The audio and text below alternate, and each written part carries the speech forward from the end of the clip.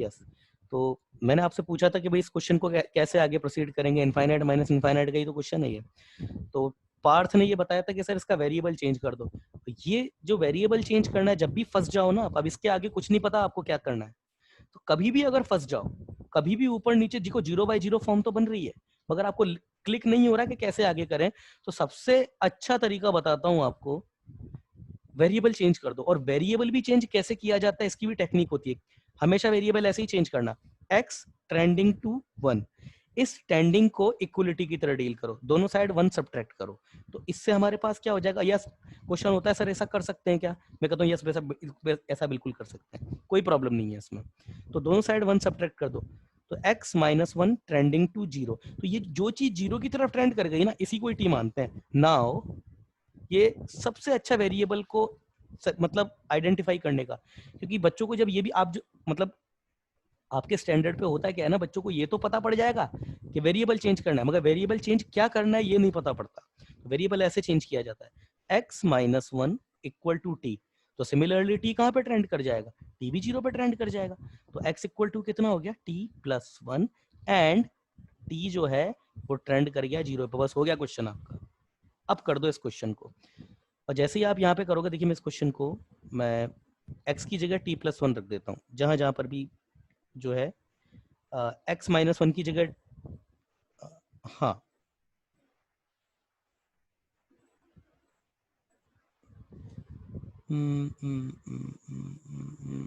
जल्दबाजी कर गए, थोड़ी सी जल्दबाजी कर गए। वेरिएबल तो सेपरेट करना ही है, मगर उससे पहले एक और चीज भी करी जा सकती थी। देखिए थोड़ी सी जल्दबाजी हो गई, कोई नहीं। देखिए अभी अगर यहाँ पे मेरे पास क्या हो गया ना, अगर मैंने यहीं पे वेरिएबल चेंज कर दिया ना, तो फिर मेरे पास यहाँ पर पता है मेरे पास क्या आ जाएगा, t की पावर m-1 और ये t की पावर p-1। तो बहुत ज्यादा कुछ फायदा नहीं मिलेगा उस चीज का, फिर से वही प्रॉब्लम हो जाएगी कि अब क्या करें। तो उससे अच्छा एक तरीका है, देखिए यहाँ पर एडजस्ट हो रहा है भी चीज, क्योंकि अपन ने एक चीज पढ़ी है, लिमिट x ट्रेंडिंग टू 1, तो x की पावर n-1 अपॉन x-1, ये कितना हो जाता है, 1 हो जाता है। एक्चुअली a की पावर n होता है, तो n इंटू a की पावर n हो जाता है वहां पे। तो यहाँ पर a जो है आपका 1 है, और n तो कोई भी नंबर होगा आपका। तो मतलब n जो है आपका कहीं भी ट्रेंड कर जाए उससे तो नहीं मतलब है, x आपका जो है वो 1 पे ट्रेंड कर रहा है। यस, तो ये आपका x की ये 1 लिखा जा सकता है, फॉर्मूला था लास्ट वीडियो में बताया हुआ है, तो उसका यूज कर लेंगे। यहाँ पे इधर एडजस्ट करूंगा मैं, तो लिमिट, पहले तो आप ये बताइएगा क्या मैं ऐसा कर सकता हूँ क्या, x की power p-1 minus p, x की पावर m-1 अपॉन, एडजस्ट कर रहा हूँ, x की power m-1 upon x-1 into x-1, और ये x की पावर p-1 अपॉन x-1, और ये x-1।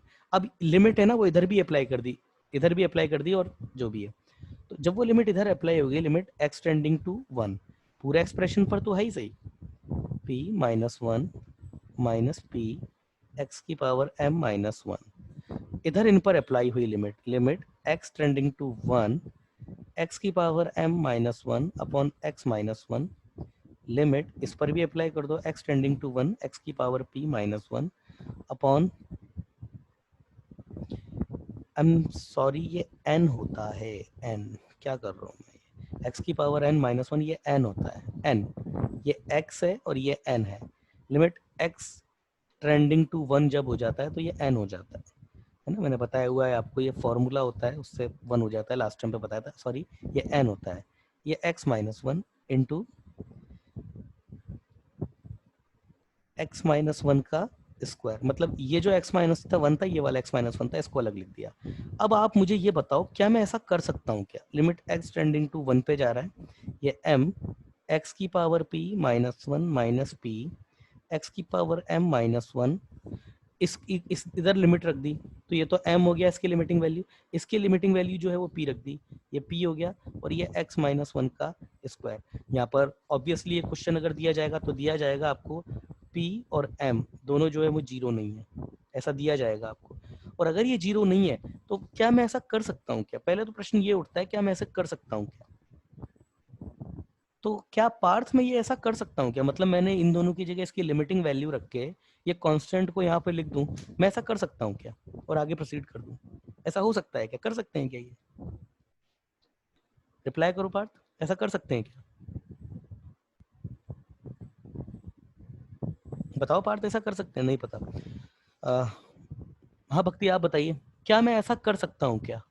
मतलब अभी मैंने एडजस्ट किया तो मेरे पास ये एक अलग फंक्शन हो गया, ये एक अलग फंक्शन हो गया, और ये पूरा तो एक अलग सेपरेट फंक्शन है ही सही। तो क्या मैं ये इसकी कोई लिमिटिंग वैल्यू लिया, इसको कांस्टेंट बना दिया, इसकी भी लिमिटिंग वैल्यू लिखी, उसको कांस्टेंट है, वो वेरिएबल नहीं है उसमें, तो क्या इन दोनों की जो कांस्टेंट है उनको अलग निकाल, मतलब इस तरीके से लेके आगे प्रोसीड कर सकता हूँ क्या? ऐसे किया जा सकता है क्या? पहले तो ये बताइए आप, क्या ऐसा कर सकते हैं क्या? जवाब दीजिए। सर नहीं पता। नहीं पता? पता होना चाहिए, पता किसे नहीं भाई, पता होना चाहिए। अमृता नम्रता, आप बताइए, ऐसा कर सकते हैं क्या? बताइए। अरविंद, आप बताओ, ऐसा कर सकते हैं क्या? सिंपल सा प्रश्न है मेरा, ये जो मैंने किया है मैं ऐसे कर सकता हूं क्या? मैंने इस फंक्शन की पर लिमिट इंडिविजुअली अप्लाई करी, वो एक कांस्टेंट है, उसको मैंने कांस्टेंट रख दिया, इस पर मैंने लिमिट अप्लाई करी, कांस्टेंट था, कांस्टेंट रख दिया, और इस पर लिमिट अप्लाई नहीं करी, इसको एज इट इज रहने दिया। तो क्या मैं इसको पर ऐसे ऐसे कर सकता हूं क्या? मैं बताइए, क्या ऐसे किया जा सकता है क्या? थ्योरी बेस्ड क्वेश्चन है। नहीं पता अरविंद को, अमृता नम्रता को भी नहीं पता। पार्थ, आप बताओ।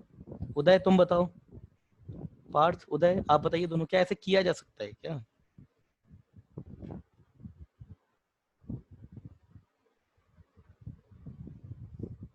हाँ भाई, ऐसा बिल्कुल कर सकते हैं, कोई प्रॉब्लम नहीं है इसमें।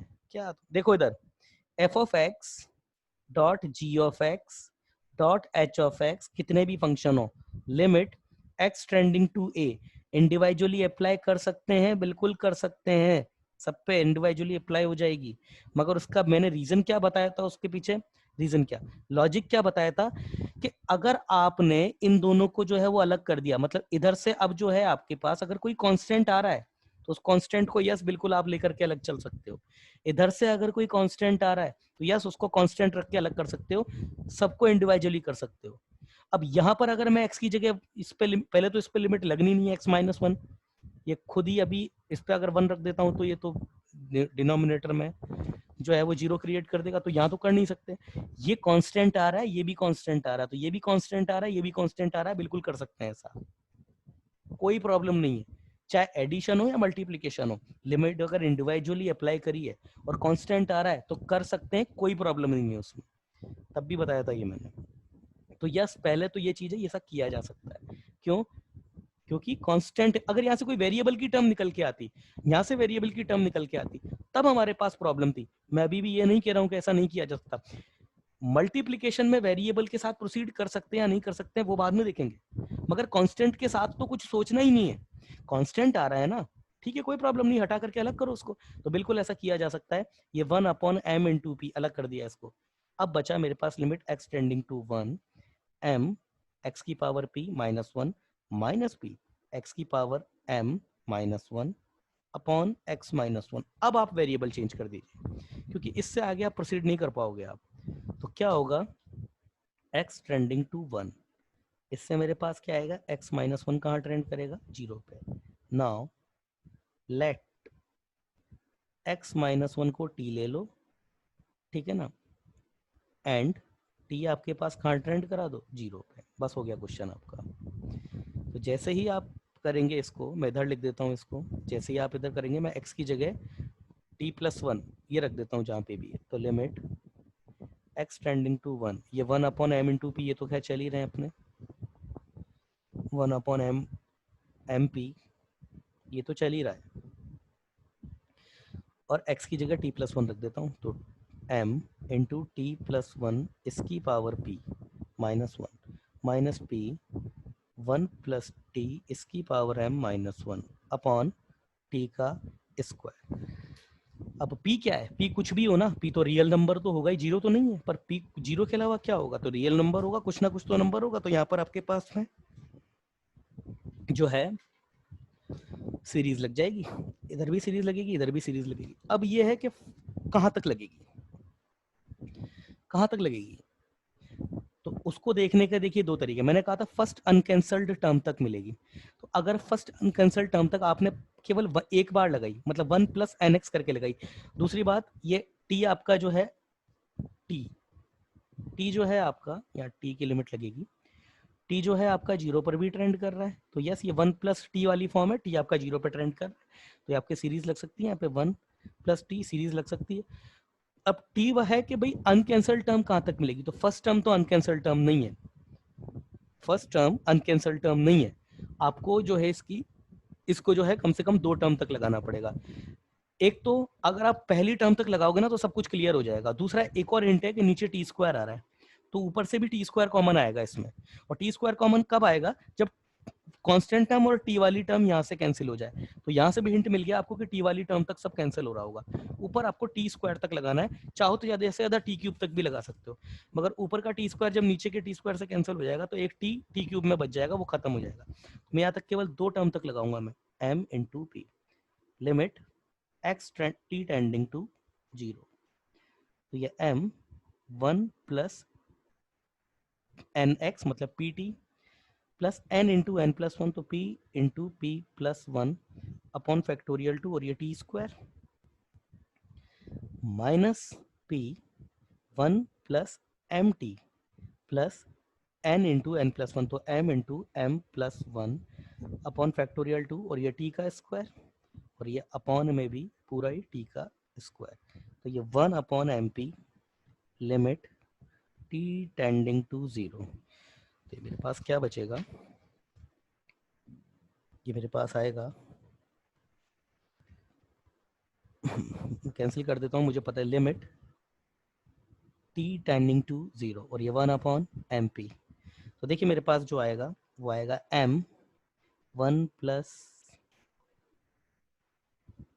pt p × p+1 अपॉन 2, और ये टी स्क्वायर माइनस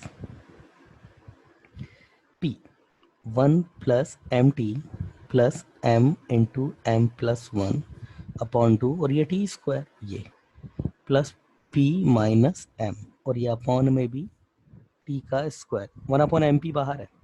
अब देखिए ये इधर m आएगा, ये इधर नेगेटिव m बैठा हुआ है, इधर ये जैसे ही इधर अंदर मल्टीप्लाइड होगा माइनस का p आएगा, तो ये कैसे, तो ये गया इससे, ये गया इससे, मतलब ये वाली टर्म भी, कांस्टेंट टर्म भी। चलो कर ही देते हैं,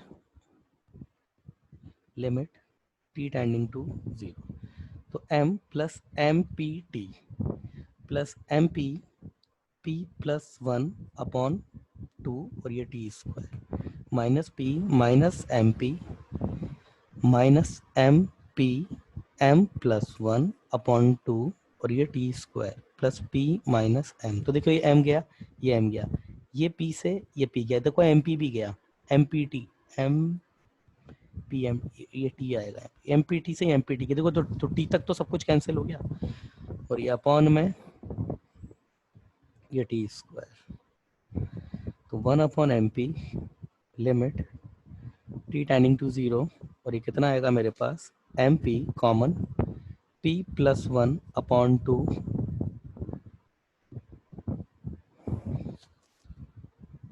p+1 upon 2 p+1 upon 2 T square minus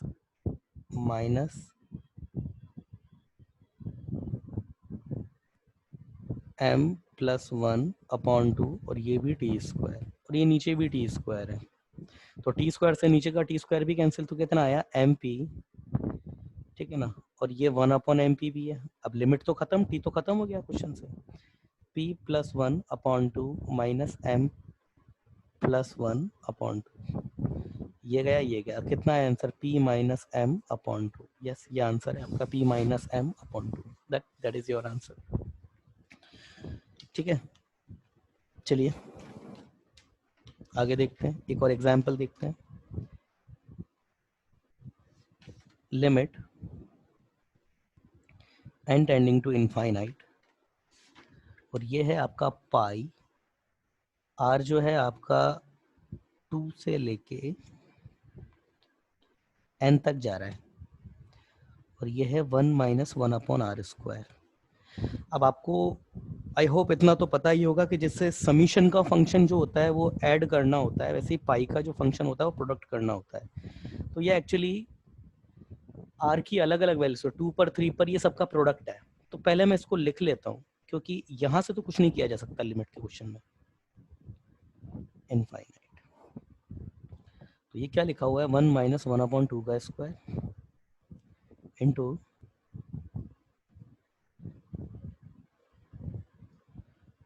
1 minus 1 upon 3 का स्क्वायर, 1 माइनस 1 अपॉन 4 का स्क्वायर, 1 माइनस 1 अपॉन 5 का स्क्वायर, अप टू दी एक दो टर्म पीछे की भी, तो 1 माइनस 1 अपॉन आर माइनस 1 का square into 1 minus 1 upon n तक जा रहा है ना, तो ये एन माइनस 1, तो ये एन का स्क्वायर। तो limit n tending to infinite. तो देखिए क्या है ये, तो ये 2 स्क्वायर माइनस 1 अपॉन 2 का square into 3 square minus 1 upon 3 का स्क्वायर, 4 स्क्वायर माइनस 1 अपॉन 4 का स्क्वायर, 5 स्क्वायर माइनस 1 अपॉन 5 का स्क्वायर, और ये n माइनस 1 का square minus 1 upon n minus 1 का square into n square minus 1 upon n का square. अब देखिए क्या है ये, a square minus b square मतलब 2 माइनस 1 इंटू 2 प्लस 1। तो limit n tending to infinity 2 minus 1 कितना होता है 1, 2 प्लस 1 3, 2 का स्क्वायर, 3 माइनस 1 2 इंटू 4 अपॉन 3 का स्क्वायर इंटू 3 इंटू 5 अपॉन 4 का स्क्वायर, 4 इंटू 6 अपॉन 5 का square, up to the n minus 2 into n upon n minus 1 का square, n minus 1 n plus 1 upon n का square. अब देखिए cancellation process देखिए कैसा है इसका, यही मेन था इसमें, कैंसिलेशन प्रोसेस देखना ही।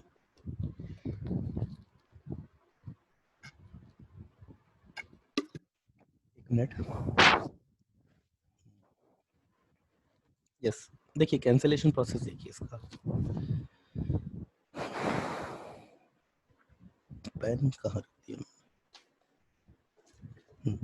देखो कैंसिलेशन कैसा है, कैंसिलेशन ऐसे है, ये एक पावर गई और ये दूसरी पावर गई, तो ऐसे चल रहा है, तो इधर तो है नहीं, तो इसकी तो केवल एक ही पावर जाएगी इससे, इधर तो है ही नहीं ना कुछ, ये ये ये और ये इसके आगे भी जाता है, तो इधर पीछे से ये और इसके आगे से इधर ये गया, इधर से अच्छा ये तो दोनों तरफ से चला जाएगा, ये इधर से बात करें तो इधर से ये एक चला गया, इधर आगे है ही नहीं कुछ जाने के लिए, ठीक है। और इसकी बात करें, ये n+1 भी बच गया आपका, n+1 भी नहीं जाएगा, क्यों नहीं जाएगा n+1, n+1 का तो कुछ है ही नहीं ना, ये इसके आगे से जाता, वो है ही नहीं यहाँ पे। तो मेरे पास क्या बचा यहाँ पे, मेरे पास बचा limit n trending to infinity. देखो इधर से तो मेरे पास ये 2 बच जाएगा एक, तो 1/2 तो बचेगा, ठीक है। 1/2 के अलावा मेरे पास इधर बचेगा, इधर से n+1 बचेगा ऊपर,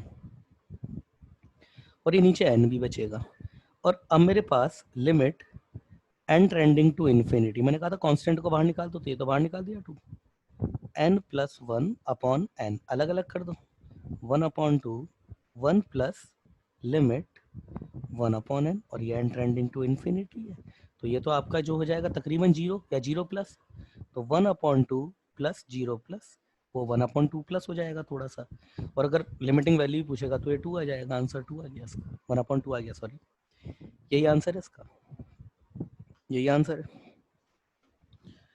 चलिए अगला क्वेश्चन। अभी किसी को कोई समस्या इस क्वेश्चन में, समस्या है तो बताइए कुछ, किसी को कोई समस्या तो बताइए प्लीज। चलिए, भक्ति क्लियर है, पार्थ क्लियर है, हाँ सर। चलिए अगला देखते हैं।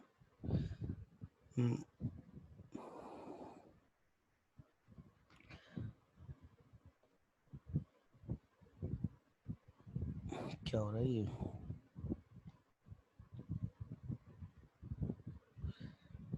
ट्रिगोनोमेट्रिक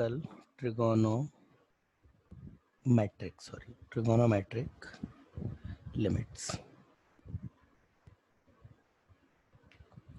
देखिए, लिमिट x टेंडिंग टू 0, अब 0 प्लस या 0 माइनस कहीं से भी, साइन x अपॉन x, ये आपका तकरीबन 1 होता है। एक्चुअली 1 नहीं होता है, ये 1 से भी छोटा होता है। मैंने आपको पहले भी बताया हुआ था कि साइन x, टेन x और y इक्वल टू x को देखें तो ये तो मेरे पास होता है साइन x का ग्राफ, ठीक है ना। इधर नीचे भी यही होता है कुछ, और ये होता है मेरे पास y equal to x, sine x, ये कुछ ऐसा, और ये होता है y इक्वल टू एक्स।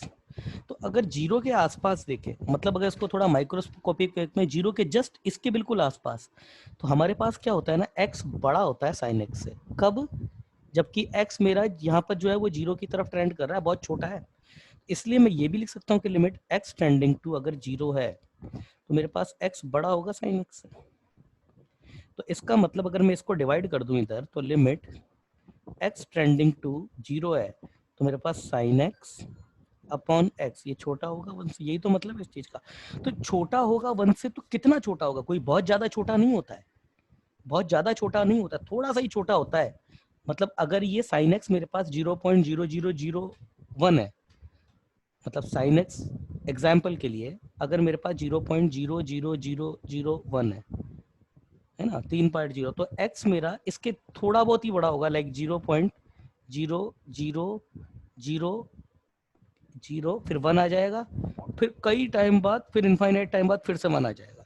इतना सा ही बड़ा होगा बस, बहुत ज्यादा अंतर नहीं होता है इनमें, है ना। तो ये इसलिए इसको सिंबॉलिकली लिखने का तरीका, जो लिमिटिंग वैल्यू जो हम 1 लिखते हैं ना, तो वो आपका मेंस स्टैंडर्ड तक तो काम दे जाएगा, मगर सिंबॉलिकली में आपको पता होना चाहिए कि एक्चुअली 1 नहीं होता, 1 से छोटा होता है, ठीक है ना।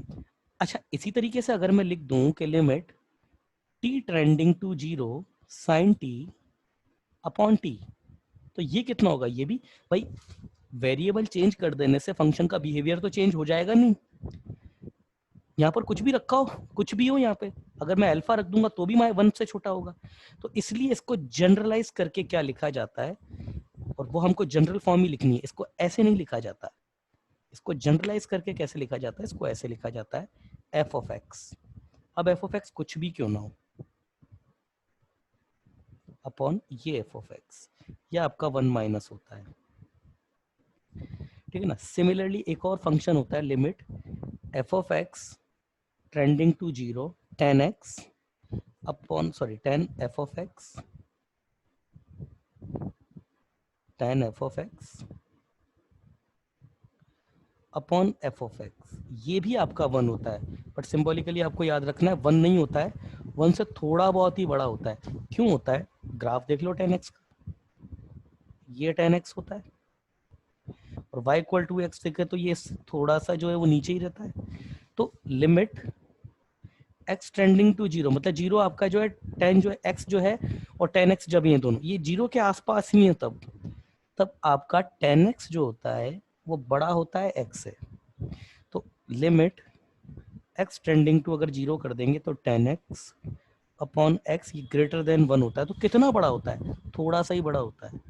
तो x होगा तब भी, इधर y लिख देंगे तब भी, तो सिंपली जनरलाइज करने के लिए f ऑफ x लिख देते हैं यहाँ पे। तो और इसको बता दिया जाता है कि f ऑफ x ही आपका 1 से थोड़ा सा बड़ा होता है, ठीक है। इसी तरीके से एक फॉर्मूला और है, वो भी देख लेते हैं,